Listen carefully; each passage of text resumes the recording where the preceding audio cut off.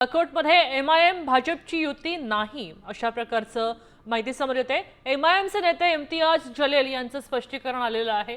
अंबरनाथमध्ये काँग्रेस आणि भाजप युती सुद्धा नाही। राऊतांच्या दाव्यावर सकपाळांनी उत्तर दिलेलं आहे।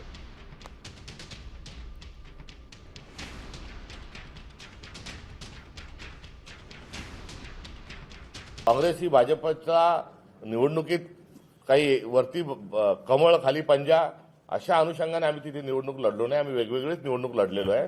भारतीय जनता पक्षासोबत आम्ही कुठेही गेलेलो नाही आणि कुठेही जाण्याचा प्रश्न उद्भवत नाही। जी बातमी चालू आहे ती एकांगी चालू आहे आणि या संदर्भामध्ये तिथले जे तालुका अध्यक्ष आणि जे उमेदवार आमचे लढले होते यांना त्या ठिकाणी या सगळ्या संदर्भामध्ये स्पष्टीकरण देखील आम्ही मागितलेलं आहे।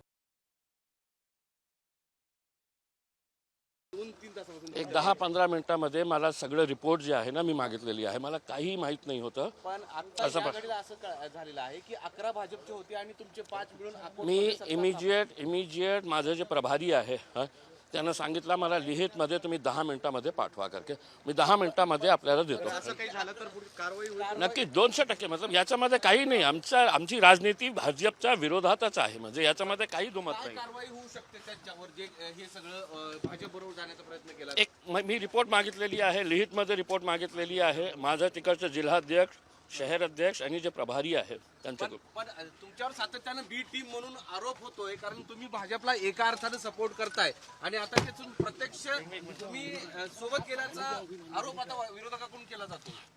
एक 15 मिनिटांमध्ये मी आपल्याला सविस्तर माहिती देतो याच्या बाबतीत जे काही घडलं।